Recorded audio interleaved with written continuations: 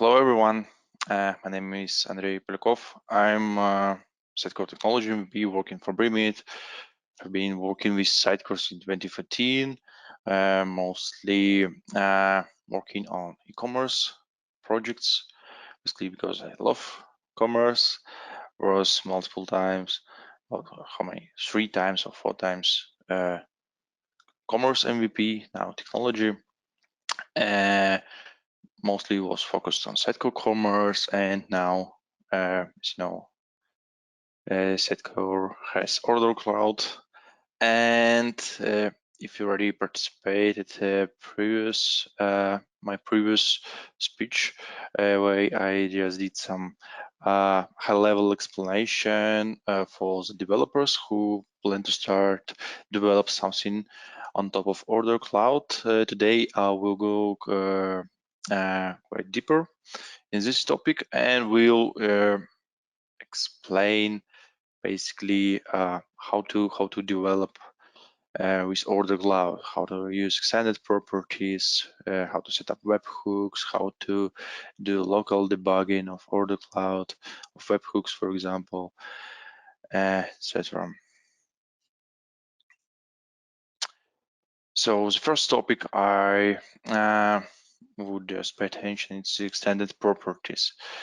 If you're already familiar, or maybe you already know what does it mean based on my previous presentation. So it's just a possible way how we can extend different types of entities in OrderCloud with your custom properties.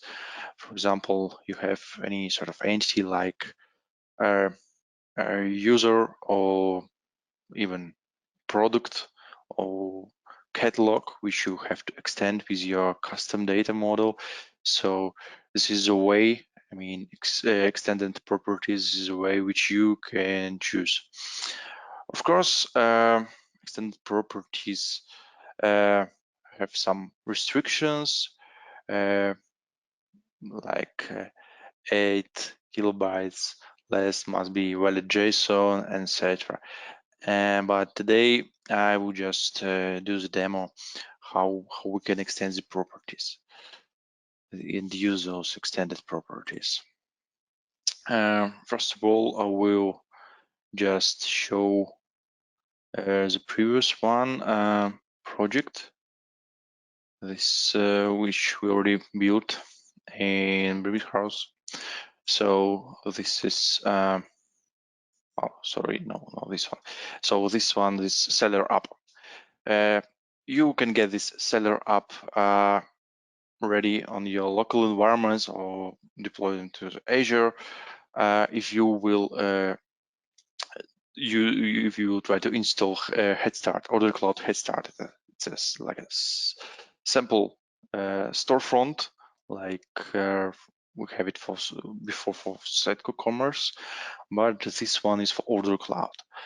And here what I did, basically for the product, I added additional section like SEO section with 2 input fields, and also under the product description tab here added some storage conditions for the product. Now I would show you how you can extend it. For example, if you already installed from the Head Start, you will get this project. Just switch the code. Yeah, here. And this is repository. I mean, this source code contains different types of UIs, for example, for the middleware, for buyer application, for buyer UI, and of course, seller app. In my case, what I would do, just extend this value, this page with new one component. To achieve this, we just have to place some HTML here in Angular. We can already use from other components this sort of function like handle update product, where we can provide in U1 storage conditions there. Some markup here. Also, we should not only extend the front-end part for that, we also need to extend TypeScript model together with seller and buyer apps. Here you can find the SDK, which also part of this one. And to make our property be shown on the seller app, it's also required to switch not this one, bar catalog,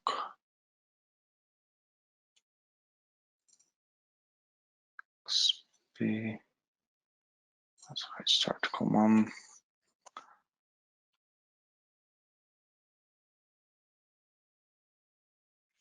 Product product XP, yeah, this one. So this interface needs to be extended with two, basically, as you can see here, edit CO name, category CO name, and storage conditions. Next part will be that for the head start here.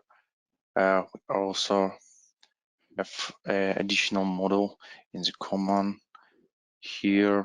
If you will check, for example, product controller here, it uses some code and somewhere there is a hand start product. Yeah, it's here. There is a class, product XP class, which contains and can be extended with different types of properties here. In my case here, just CO name and category CO. And so here, storage conditions. So yeah, and I will navigate back to the Visual Studio Code and some JavaScript also needs to be implemented. Let me navigate to edit points here. Yeah. So it is internal.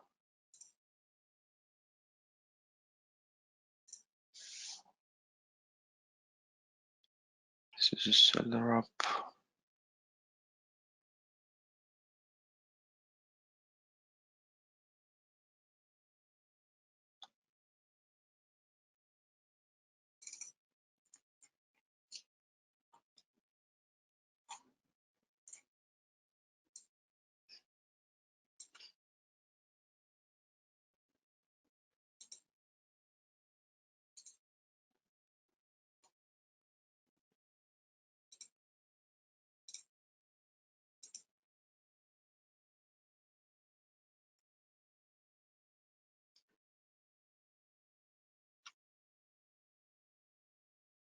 Remember which one?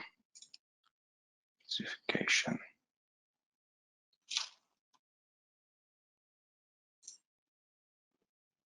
Yeah, and the JavaScript for this one. We can set the values of our properties if it is required to get some values, etc., and update with a generic approach of the properties. And once you will implement this one, so you will be able to see the storage conditions, just refresh the page or try to just put any values there. Then we will try to get this product via console, API console in OrderCloud.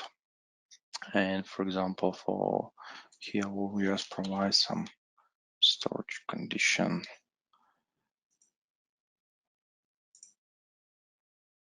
to switch basically and use another user for seller.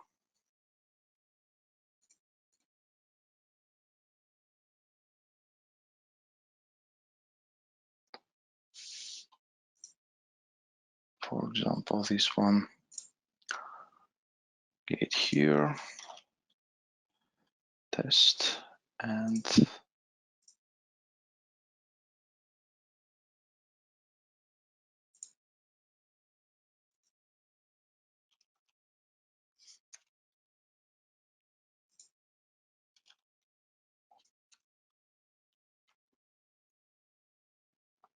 save changes. So right now I'm gonna navigate to portal of OrderCloud and navigate to the products. Here, my case, I have a simple catalog. I store all those products. I have to find this one with this unique identifier, and I have to select get single product ID, and I will get the information related to this product. So here,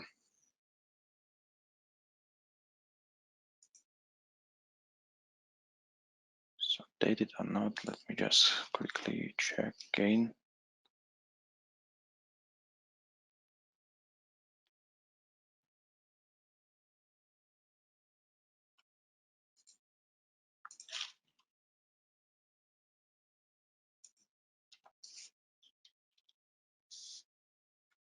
And here basically some text which I set for category, for storage conditions. So it's already stored there. Okay.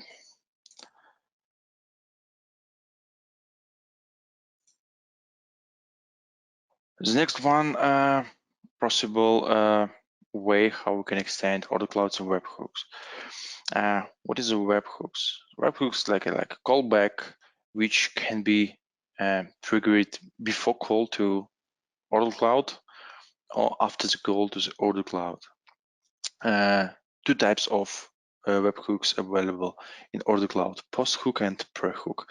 Pre-hook usually we have to use to validate incoming request, and post-hook in case if we have to change any data or just not change, I would say to push the data to any sort of third-party service or to ERP system, etc. So this sort of mechanism we can follow. And I would also show you how you can create your first webhook. So I already created and extended the head start with a webhook. We have controllers here and webhook controller. Just created one sample webhook, which will just check for add to cart if add to cart event will be fired by OrderCloud. So before it will just send request to our webhook, where we will validate if the quantity equal or less than 5. So we will proceed. If not, so we will return an error message to the sender that it's not possible to proceed with this request. If you have to create a webhook in OrderCloud, you have to navigate on the portal to the webhooks here and create a new one webhook. So let's just call it like handle line items, because in OrderCloud it calls line items instead of just add to cart or something, line items. Even here you can find that you can work with line items, not like cards, because cards are mostly orders. So you don't have any separate entity like card. It's from the beginning, it's order with a operative status there, and line items like a card which you can manipulate from the front end. So let's provide a secret. Secret, it's one of the interesting thing, because you have to provide a secret, and this secret should be shared between all the applications. When you will install Head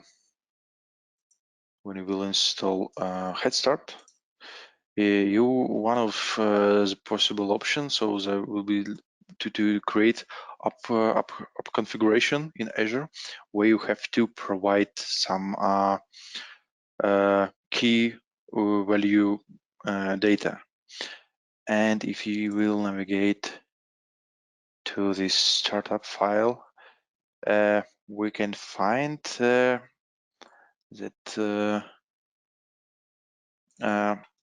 at OrderCloud Webhook house, we have this one here, which we're using for hash key. So we're getting this hash key from up configuration, and this one webhook hash key we're using, and it was already implemented by OrderCloud team. This sort of attribute OrderCloud webhook house. This most more or less attribute which provides a possibility to validate the request, so to make sure that incoming request, it's a real request, and our OrderCloud marketplace is sending this request. Basically, is OrderCloud will send the request to our endpoint. And yeah, so in my case, let me just quickly copy this one key, and we have to provide a payload URL. I will just leave it empty. I see, yeah, I will just proceed quite a bit later after a few slides, and we'll configure it. We have to enable it. It is a pre-hook. API client assignments. You should take care to make sure that you properly provide necessary request, necessary access, sorry, to the correct API client assignments, which you already created, in case if you need to provide an access only for certain API clients, so you just need to provide for them. But in my case, I will grant them all. It's also possible to provide some additional key value pair. For example, let's say key A with value A, and the section for trigger events. Here we can just choose that, okay, we have to check for line items and operations, create a new line item, okay. Also, we can select even multiple actions here, multiple events, put and patch. Yeah, and evaluate roles. Yeah. Now I will just quickly switch to my presentation. So we have a webhook locally, so we need to somehow run it. So what is the possible ways? For that, we can use, of course, we can deploy to Azure our code, configure everything there. But for the developers, usually it's important to, before deploying something, test locally. And in ngrok, this is the tool which can help us. You can download this ngrok, and right now I will just show how we can debug. I already have it opened. So you should run this small command. First of all, of course, we have to start in the debug mode. our application. Let's just wait. As a result of this execution, we should able to see Swagger. Swagger will build automatically and show all possible endpoints, which is current middleware supports. So let's wait for a couple of seconds. Yeah, we have Swagger UI here, and in the bottom we have this section, Webhook section with our custom endpoint. Okay, so right now, so as you can see, it's running on this 7001 port, and I will just start the ngrok. I'm using trial version. It has some limitation, but it's enough for the developers, like the limitation for 40 requests per minute, etc. Also, part of this tool, you can just use a web interface here, so which will just show all the requests. And this part, we already have the host name. It's like a public. It means that it makes ngrok makes our local endpoint publicly available through the internet, so we can send the request from wherever you want. Let me just copy this one. I will navigate back to my webhook. I will provide this one, and I have to copy, where is it, this webhook endpoint.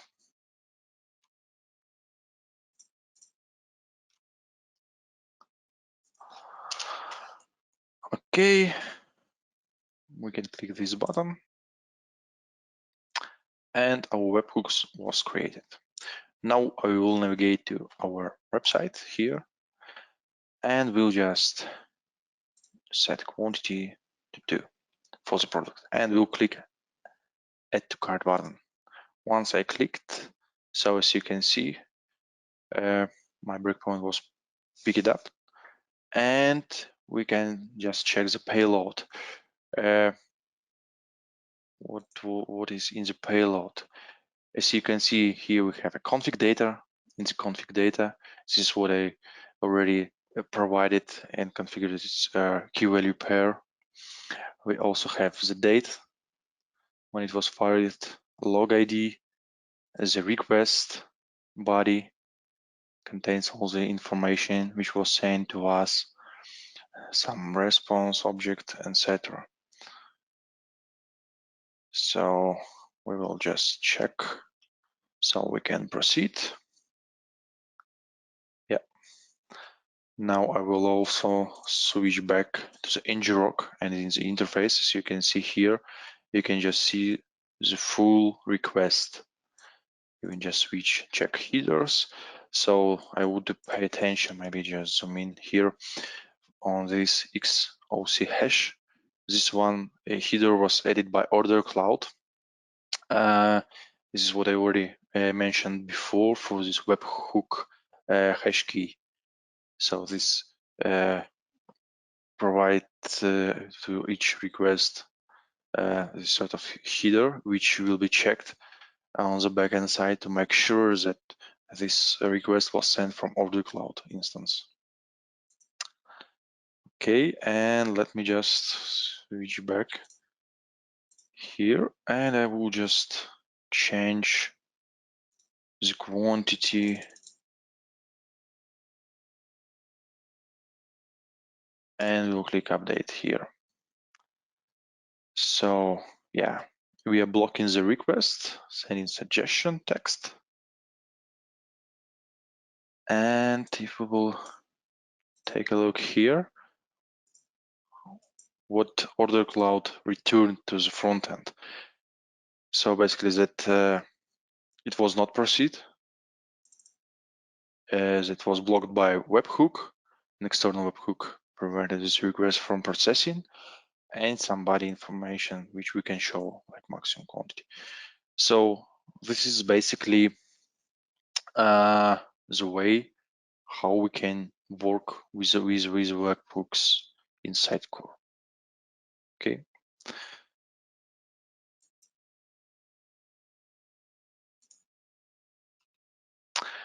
Another one topic which I want to share with you is Content Hub OrderCloud integration.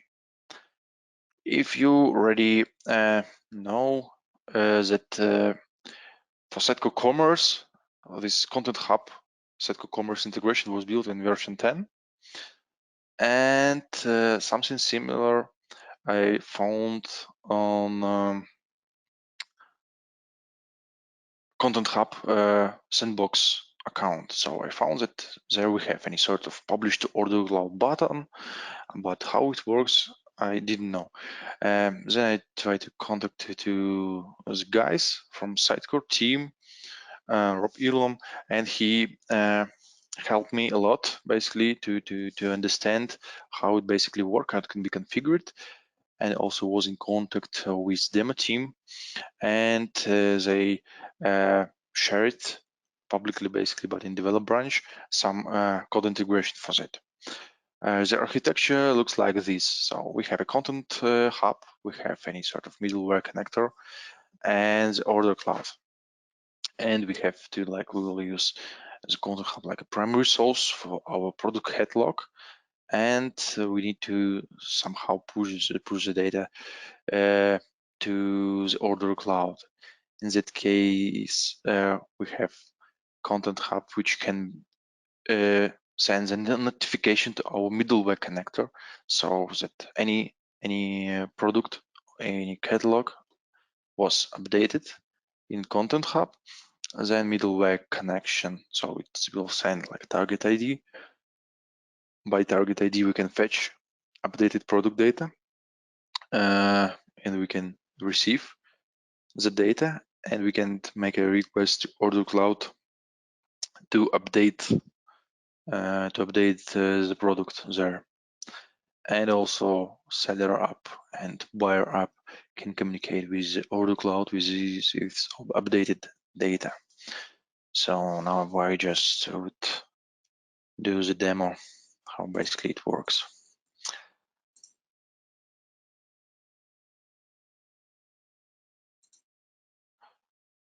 Let me navigate the home page here.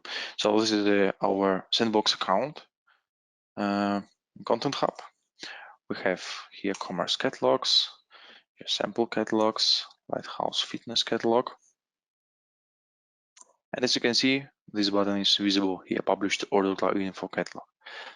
I will just navigate to any product, for example, this one.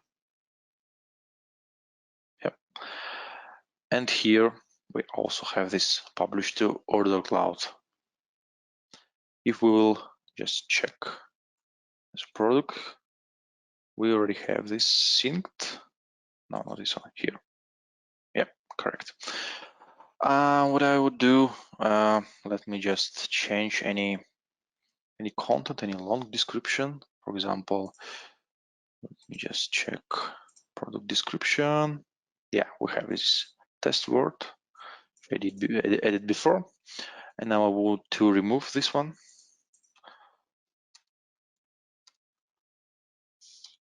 Yep. I would save and click this publish to OrderCloud. So action was successfully. Yeah, we need to wait for a couple of seconds.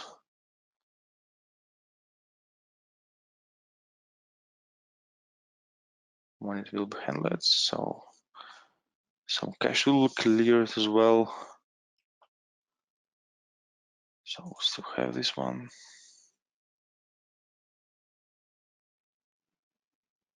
Yeah, it was deleted, as you can see. How to basically configure it. So first of all, I will just pay attention on this repository, Sitecore demo headless, and under the develop branch, under the integrations OrderCloud, we have the source code for Azure function.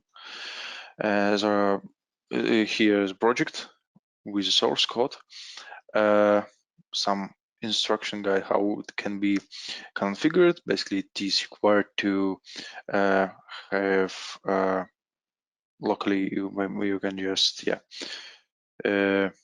use, not locally in Azure. You have to set up key vault with these prefixes, with those keys and values, and some configuration where you can to provide the solutions the old URI and do some additional configurations there.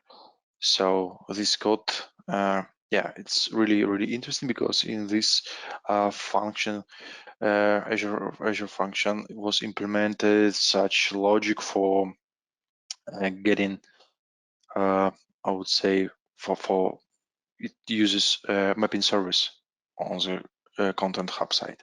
So it's really interesting thing, which I didn't saw before. Something similar was implemented for Sitecore Commerce integration as well. But yeah, I didn't try it for Sitecore Commerce, but this first time I was really impressed. And now I will just navigate to here to Content Hub. In Content Hub, there was created additional actions for update order catalog, update product. So it needs to be provided, name, label, type. So for example, in my case, we are not using any sort of Azure service bus, but it's also possible because I would say it's more logical way how it can be handled, just to avoid the situations that you can lose some messages, some updates from OrderCloud. Yeah, but in my case, just API call. We have to provide the API URL and provide the mapping identifier. This is what I mentioned just. So after that, we can navigate to the settings. One new additional entity was created. This one. Yep. And we have this one entity where the mapping JSON was provided. So we can see here, we can just switch the text. So this is the mapping JSON which tells which property from Content Hub site should be mapped to the related property on OrderCloud site. In case of, for example, product number, XP number, from where all these mappings, and in the source code in this integration, so we already have it locally. So there is a service, basically here some all available functions you can find, and here is a mapping service, so it gets some mapper, correct one. So just dynamically checking the property and preparing everything. So it's really cool stuff, I would say. And it's also possible to extend, even just you can use already existing approach with this mapping JSON. You can tell which your custom property needs to be synced and mapped to the OrderCloud property. So you can do it via this JSON file without even additional development work. In case if, for example, if of course we have this property on Content Hub side and on OrderCloud side. Yep. And also what about this one? Yeah, to leave. And here also we have some layouts, master layouts.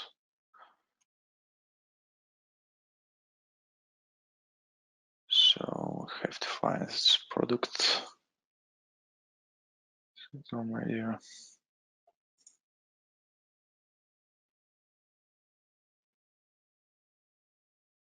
Okay, page, sorry. Yep.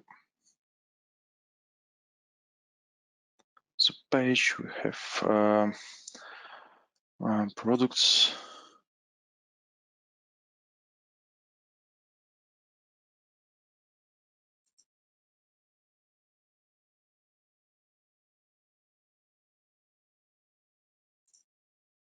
I'll get to this one, products, product creation, product details.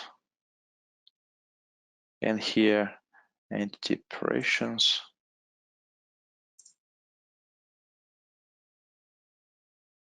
So as you can see, so this one operation was added also. Even with a condition, if the item is approved, so it will be available. And also additional configuration. It was done. It's triggers. One trigger was created.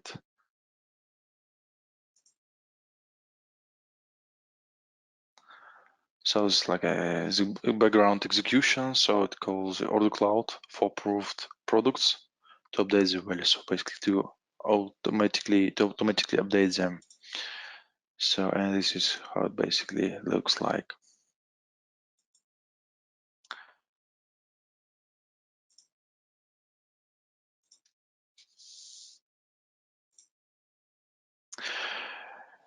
If you plan to start work with OrderCloud, I would highly recommend all those resources which you currently see on this slide, and would just pay attention. I would say thank you, huge thanks to demo team to provide this really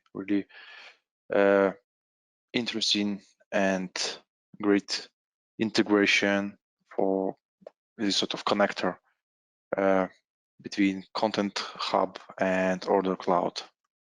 So you feel free to use all these resources if you start work with or start to play around with OrderCloud.